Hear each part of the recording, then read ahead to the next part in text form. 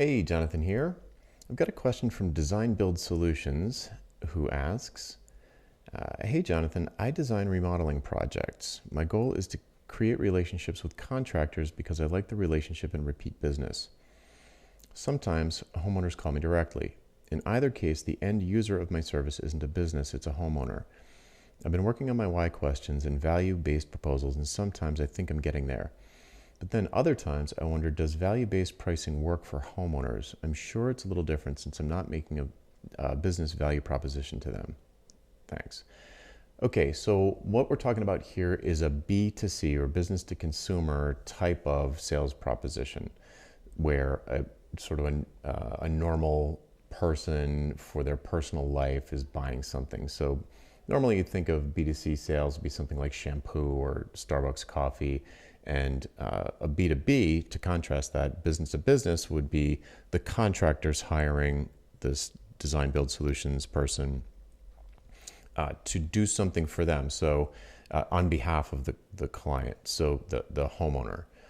So there's sort of a couple of things are raised here. So first, I'm just going to quickly talk about the idea of going through a contractor. It kind of reminds me with web designers and developers going through an agency, where the agency is out there getting clients and they maybe land a client that has a project that has some things that they're not great at, not a core competency.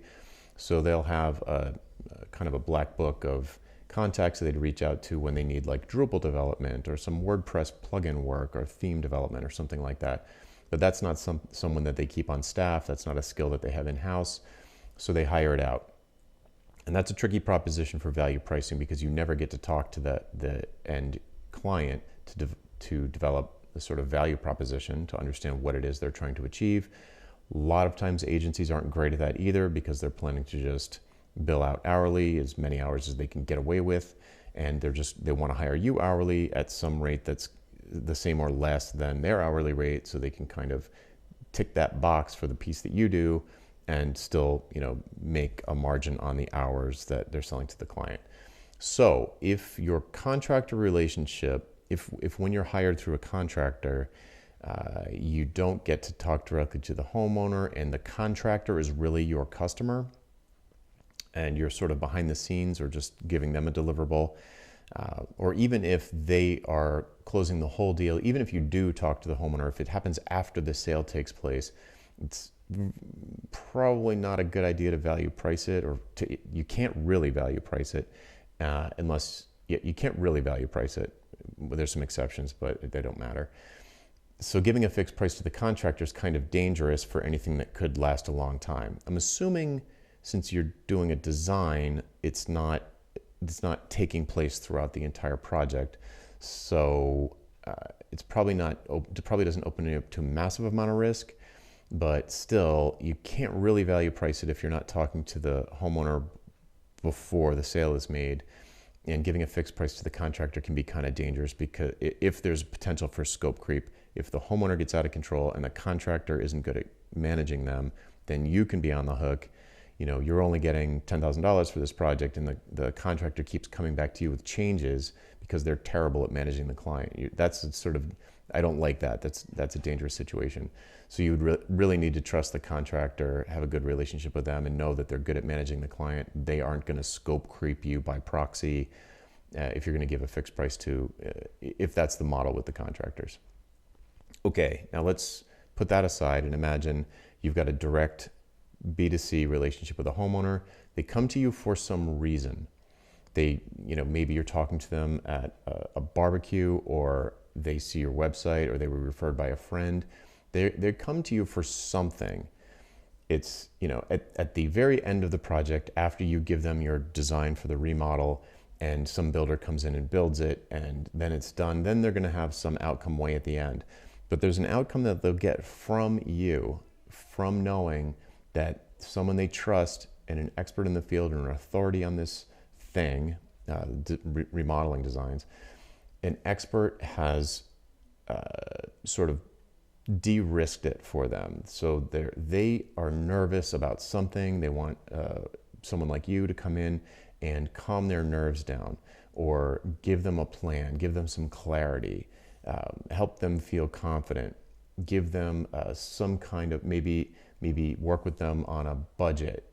There's something they want something, and it's going to be very qualitative. It's going to be based on their trust in you, how much trust they have that you're an expert at this, and you understand them. It's going to be about as squishy as it gets, which is true with most B2C things. Like, really, what's the value? It depends. It depends from person to person. So if you want to value price these folks, meaning like every time a prospect comes to you, you talk to them, you find out their situation, you get a sense of what your contribution to the engagement would be worth to them, and then you give them a price based on that value. If you're going to do that every single time with every homeowner, it can be a lot of work. It can be emotionally draining. If you're not great at it, it can drive customers away because they feel like they're being interrogated for some reason that they don't understand. So it can be a little bit, it's stressful. It can be a little bit draining. But what you want to do when they come in, if you do want to do that, if you do want to value price these design projects, you need to be talking to them about why would they bother hire someone like you?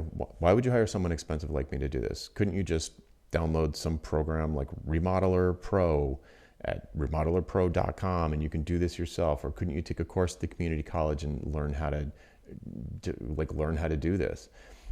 Couldn't you get someone cheaper? I don't know the space well enough to like have an idea what a cheap version is. What's the analog to like Fiverr in the design space? I don't know. Couldn't you buy, there's probably websites that have prefab plans that they could put together. Like, oh, you have a Dutch Colonial? Why don't you just go to this website, look for a Dutch Colonial and pull down plans? Why don't you just go to Pinterest and look for Dutch Colonial bathroom renos? Why don't you just do that and put it together and give it to a contractor?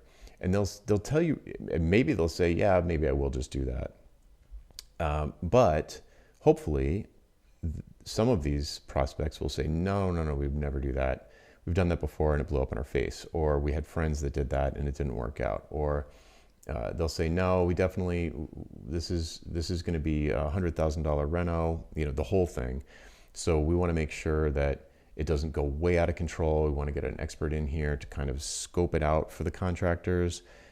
Maybe there's another product you could offer where you provide oversight while the contractors are doing the job, where periodically you check in to make sure that they're actually doing what you suggested they do. And any situations where there's a surprise, you kind of work with the client and the contractor to come up with a reasonable solution that everybody is happy with. So, you can do it. B2C, it is possible.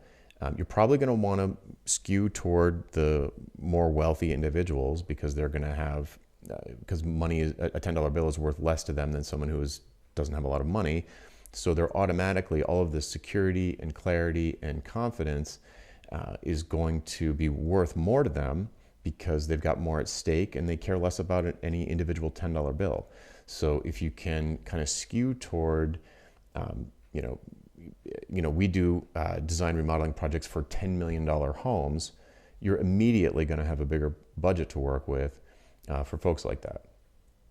Another thing that you could consider is offering a sort of productized version of this where it's relatively fixed scope no matter who comes to you. And you could offer this sort of productized version for $5,000. You get X, Y, and Z, and particular buyers who look like this or houses that are like this should expect to get these kinds of benefits from the engagement. So, you would focus it on maybe the lower end of the market if you wanted to serve the lower end of the market and say, you're doing a bathroom reno for a flip, or you're doing a bathroom reno in your single family home, or, whatever it is, whatever is the most common thing that people want to do. Kitchen, I would imagine it'd be kitchen and bathroom.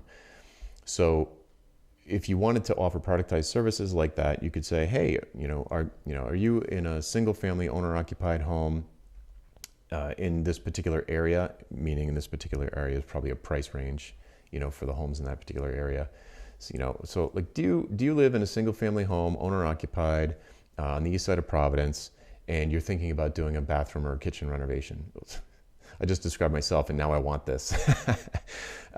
So if you did that, you'd be like, oh, it's $5,000, and what you can expect is X, Y, and Z, and when you're done, the benefits are, A, B, and C. You'll be able to do this. You'll be able to, I'll give you a list of trusted contractors that could do the job. I've got a direct line to them so they can move you to the front of the line. You can trust them. They do good work. They are relatively on time, so on and so forth. So two options there. You could target the sort of mid to low end of the market as with a productized service that's very fixed scope and has like a benefit that's reliably going to come of it. And for the higher end projects, the $1 million homes and bigger, then you could say, okay, we should talk and kind of like get a feel for why you would bother hiring an expert like me to come in and do this. Don't you already have somebody? Couldn't your general contractor just do it? And get a sense from them about why it's important for them, what they're going to value about it, what they're afraid of, that kind of thing. So with those two offerings, anybody that comes along, you could say, well, how much did you pay for your house? Or how much you're planning to spend on the overall renovation? What's your budget for the overall renovation? And you can immediately, because you're not going to get that money, so they'll probably be happy to give it to you. Well, we figure it'll probably be $250,000, or we figure it'll be about $25,000. Immediately, you're going to be able to say, well, okay, if it's going to be a $25,000 reno, you should probably go with this productized service I offer. Here's a page. You can ask me any questions about it after you review it, but it's $5,000 and it will give you all of these benefits. It'll pay for itself for these reasons. And then, on the high end, if they say, oh, probably a $250,000 budget, then you can say, okay, we should talk.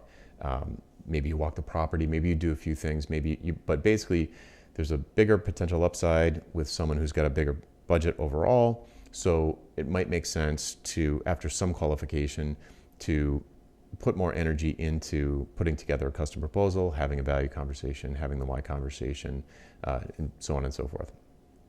Okay, hopefully that helps.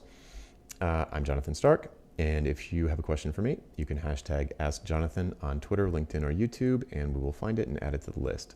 See ya.